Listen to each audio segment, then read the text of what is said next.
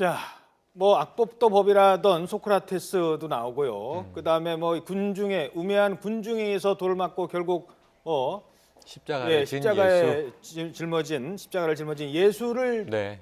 예수님을 얘기하는 것 자체가 이게 국민들을 어느 정도 수준으로 보고 얘기를 하는 건지 모르겠습니다. 네, 지금 근데 이 비슷한 맥락의 상황이 지금 새누리당 안에서도 벌어지고 있죠. 예. 거짓말쟁이 성직자다 이런 이제 이 표현도 나오고. 그렇죠. 임명진 아니 새누리당이 정당인지 알고 왔더니 종교 집단인 것 같다, 예. 교회인 것 같다. 목사님이 이제 그런 말씀도 그렇죠. 하시고. 그러니까 지금 여당 내에서도 대통령을 옹호하고 있는 새누리당, 집권 여당이 이제 99명으로 줄지 않았습니까?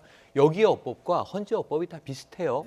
그런데 문제는 뭐냐면 핵심이 우리가 지금 아까 최순실 씨 재판에서도 전면 부인 증거가 있는데 지금 이 공방이지 않습니까? 네. 헌재에서도 좀 대통령 측 대리인 이 변호사 분들이 지금 조금 이제 과잉 대응을 하고 있다고 보여지는 것이 아까 헌재 재판관들조차 이제 실소를 터뜨렸다고 했는데 예. 지금 이런 얘기를 서석구 변호사가 했다는 거죠. 민주주의에서 다수결은 위험하다. 예. 그것은 역설적으로 지금 맞습니다. 예. 왜냐 박근혜 대통령이 다수결로 당선이 되신 거잖아요. 예. 선출된 권력으로 대통령이 됐는데 결국은 국민들이 여기서 배신을 당한 건 그러니까 유다가 지금 국민들이거나 혹은 야권이 아니라 지금 이 여기서 유다는 대통령이에요.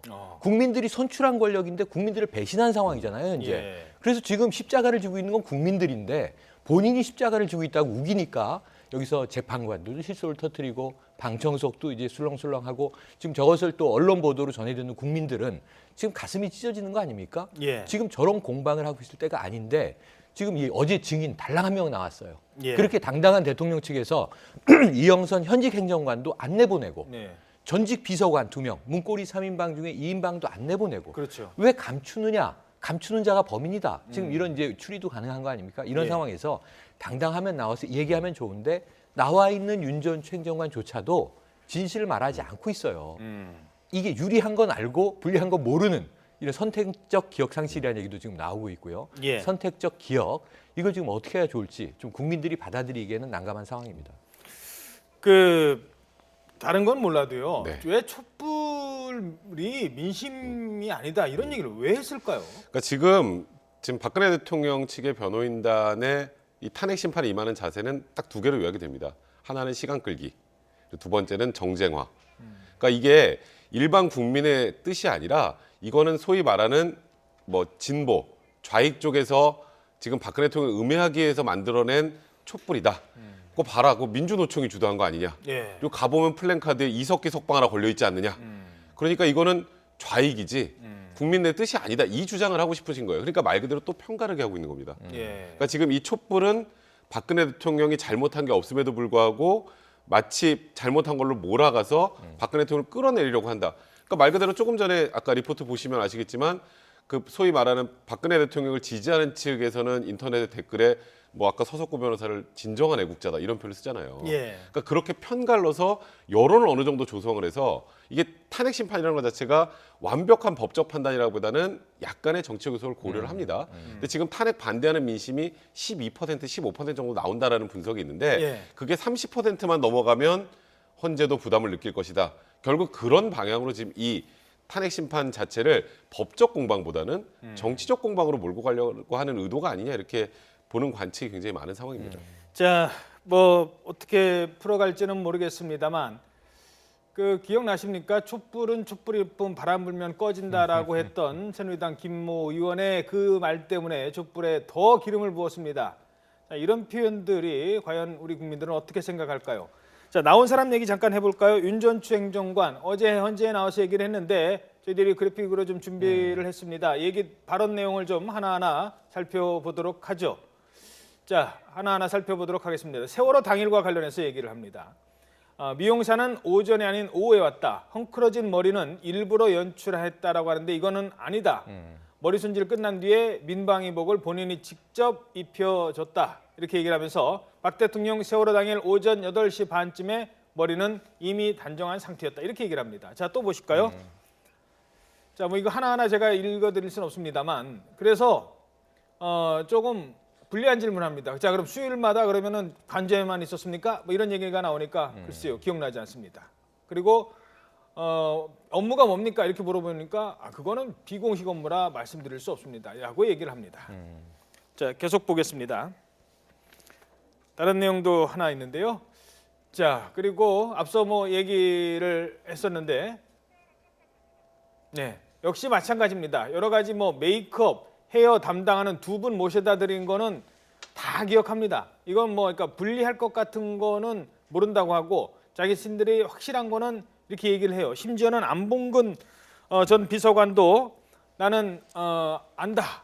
그때 뭐 했는지 내 그 급한 전화 업무로 대통령과 대면한 것으로 안다. 이게 왜 그러냐면 자기가 문 열고 근무하는데 그 앞으로 지나갔답니다. 네, 그렇죠. 그건 기억을 해요. 그런데 정작 그러면 뭘 했느냐 이런 거는 얘기를 못 합니다. 몇 가지 문제가 있어요. 선택적 기억이에요. 네, 그러니까 첫 번째로 우선 대통령의 머리를 흐트러뜨렸다라고 언론 인터뷰가 보도했던 미용사의 증언은 오보다. 그런데 윤 전 행정관이 그 머리를 다듬을 때 옆에서 이렇게 수행하고 지켜 있었다는 게 아니라는 거예요. 평소보다 대통령이 올림머리라는데 3, 40분 걸리는데 20분 만에 빨리 나와서 본인도 놀랐다. 그리고 들어가 보니까 이 평소엔 단정하던 그 이 옷방이죠, 일종의 많이 흐트러져 있더라. 대통령이 급박하셨던 것 같다. 당일날은 식사도 늦게 시작하고 빨리 끝냈다. 이런 이제 대통령에겐 유리한 증언을 합니다. 그런데 흐트러뜨린 머리를 했는지 안 했는지를 알 수 없는 상황이잖아요. 예. 밖에서 본인이 있었다 하니. 근데 이런 대목은 오보다 이렇게 단정을 지으면서 정작 본인이 한 일, 듣고 보고 아는 일은 기억이 나지 않는다고 하는 거예요. 이게 당일날의 기억을 그럼 윤 전 행정관이 지금 암시하고 예고하는 건 뭐냐면 자, 대통령 측근에 있었던 수행 행정관도 이랬을진데 대통령도 기억을 못할 것이다 라는 전 예고편으로 보여져서 예. 이게 굉장히 씁쓸한 상황이고요. 그리고 이제 저기에 대해서 질문을 하면 그 질문에 대한 이제 제대로 된 답변이 나오지 않다 보니까 어제 그 강일원 재판관의 경우에는 소추위원들에게도 너무 강요하는 듯한 질문을 하지 마라. 이렇게 또 이제 중재를 하면서도 예. 강 재판관도 답답해서 이 무슨 얘기를 하냐면요. 지금 비공식 업무 얘기 드릴 수 없다. 비공식 업무는 국가기밀이 아니라는 거예요. 공식 업무가 공무상 국가기밀인데 그렇죠. 다 공무상 국가기밀이라고 하면서 본인의 업무는 대통령을 비공식적으로 수행하는 것이다. 그 업무가 뭐냐? 예. 말씀드릴 수 없다. 너무 궁금한 대목입니다, 여기가. 그러다 보니까 이제 재판관도 답답해서 비공식 업무는 국가기밀이 아니니 이야기를 좀 해보시오. 그렇게까지 얘기할 수 그랬죠. 없습니다. 지금 이렇게 된 상황이어서 밝혀진 건 거의 없다. 이렇게 봐야겠습니다. 자, 뭐 기대를 많이 안 했습니다만 그런데요. 얘기를 잘 들어보면 이들끼리 서로 말이 안 맞는 모순이 나옵니다. 두 가지만 저희들 찾아봤습니다. 윤 전 행정관 청와대에서 최순실을 봤다라고 진술을 했습니다. 네. 그런데 청와대에서 봤는데 최순실은 뭐라고 하고 있습니까? 청와대 안 갔다고 주장합니다. 그렇죠. 자, 안 갔는데 봤대요. 이 누가 거짓말한 거죠? 자, 분명히 한 사람은 거짓말을 했는데 이 정황으로 봐서는 아무래도 최 씨가 정황으로 봐서는 거짓말할 가능성이 뭐 높아 보이죠. 그래서 만나면 인사는 했다. 의상과 관련해서 오면은 뭐 이렇게 의상 관련만 해서 봤다라고 얘기를 했습니다. 자, 그런가 하면 또 하나 뭐가 있냐면요. 고영태와의 의상비입니다. 의상비 관련해서도 위증 논란이 있습니다. 고영태는 대통령 옷값과 가방 가격 한 4,500만 원을 최순실한테 받았다고 진술을 했는데 윤 행정관 대통령이 의상비를 나한테 줬다고 합니다. 근데 최순실한테 받아요. 돈은 대통령한테 내가 받았는데 그렇죠. 받은 사람은 왜 윤전추한테 안 받고 저 최순실한테 그렇죠. 받습니까? 아니 이거 뭐 어떻게 된 거죠? 자신이 배달 사고 낸 건가요? 자, 하나만 더 보도록 하죠. 가글 문제입니다. 이거는 오히려 윤 전 행정관의 기억 때문에 오히려 반대의 상황이 볼 것 같은데요. 자, 세월호 당일날 바로 이제 신보라 대위가 이렇게 얘기를 했죠.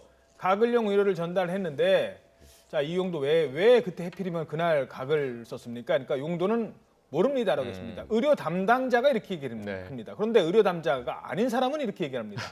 인후염이나 편도가 부었을 때 사용을 하는 거거든요. 그러니까 서로 자신들이 안 맞는 얘기가 이렇게 막 나오는 거예요, 이제. 그러니까 윤 전 행정관은 어떻게든 박근혜 대통령에게 유리한 건 다 기억해내고요. 예. 그게 아닌 건 다 모르십니다. 그러니까 이게 아까 지금 의상실 얘기만 하나 해보죠. 이게 오죽 이게 논리적으로 안 맞았으면 이정미 재판관이 한마디 합니다. 예. 예를 들어서 의상실에서 의상비용을 청구할 때 한번 가정을 해보세요. 예. 그럼 박근혜 대통령한테 전화해서 지금 우리 의상비 얼마입니다 이렇게 하나요? 보통은 비서한테 연락을 그렇죠. 하고요. 그럼 비서가 나중에 박근혜 대통령한테 보고를 한다면 예. 비서선에서 보통 끝나죠. 그렇죠. 근데 박근혜 대통령이 줬다는 거예요, 윤 전 총장한테. 이 돈 좀 갖다 주세요. 그럼 의상실에서 박근혜 대통령한테 4,500만 원입니다 이렇게 전화를 하나요? 그러니까 이게 상식적으로 맞지 않는다는 거예요. 그러면 예. 중간에 누군가가 있었겠죠. 예. 그걸 이제 이정미 재판관은 최순실이라고 생각을 하니까 이렇게 물어보는데 그건 또 모른대요. 예. 그럼 머리 한 헤어 비용도 다 봉투에 담아서 그러니까 지금 줬을까요? 상식이 안 맞잖아요. 예. 즉 대통령한테 직접 옷값을 청구한다는 건 참 너무 이해가 안 되는 내용이고. 예. 그러니까 지금 고영태 씨의 진술이 사실일 가능성이 높은 거죠. 최순실 씨한테 받았다는 내용이. 예. 그리고 저 가글과 관련해서도 그러니까 그날에 관련된 일 세세한 건 잘 기억이 안 나는데 하필 그 가글의 용도까지도 그러니까. 너무나 정확하게 예. 심지어 의료장교인 신보라더에도 어떤 용도인지 잘 잘 모른다고 모른다는데 하는데. 인후염에 사용하려고 가져갔다는 것까지 안다는 거.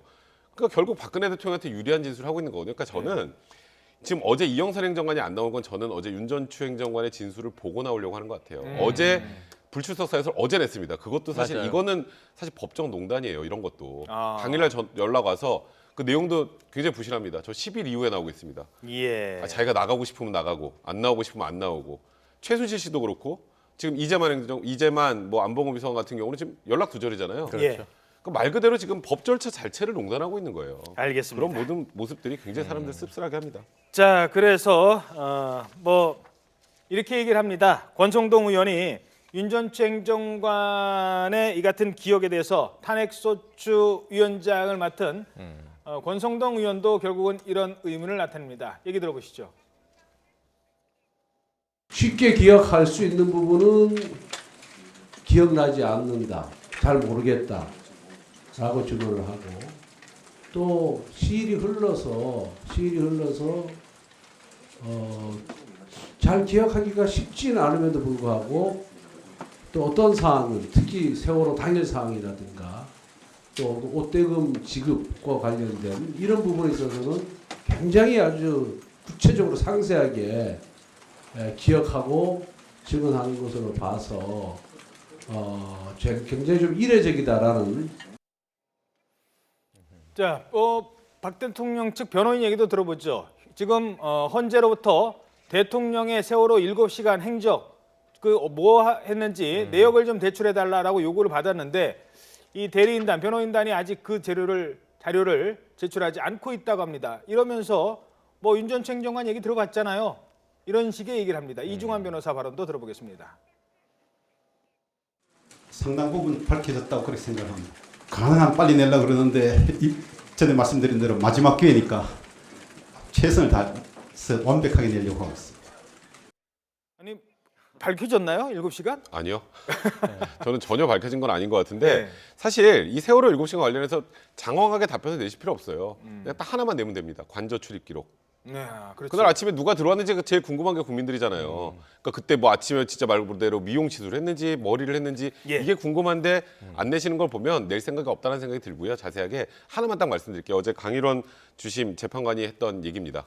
어제 변호인단이 검찰 수사 기록이 너무 많아서 우리가 지금 다 이 부분을 검토하지 못했습니다. 예. 라고 하는데 강일원 주심이 뭐라 그러는지 아세요? 아, 저는 혼자 다 봤는데요. 아, 그러니까 안 봤을 리 없다는 뜻입니다. 아까 지금 예. 이게 무언가 자꾸 이 탄핵 심판을 지연시키려는 의도가 보인다라는 게 강일원 주심의 아니, 생각인 그러니까 겁니다. 답변서 관련해서 예. 보세요. 1월 1일 대통령은 불시에 기자간담회를 하면서 그날 이야기를 소상히 설명을 하세요. 예. 대통령이 법정이 아닌 곳에서는 기자들을 모아놓고 그날 정상 업무를 봤다. 이미 다 해명되지 않았느냐. 지금 저 이중환 변호사의 얘기와 같습니다. 다 밝혀지지 않았나요? 그러면 증거로 그럼 제시를 그거를 해야죠. 몇 장 정리해서 내면 되는데 이것은 마지막 기회라서 정말 꼼꼼하게. 그동안 대통령은 뭐라고 말씀하셨냐면 잘 기억나지 않는데 예. 기억을 되살리려고 노력해보겠다.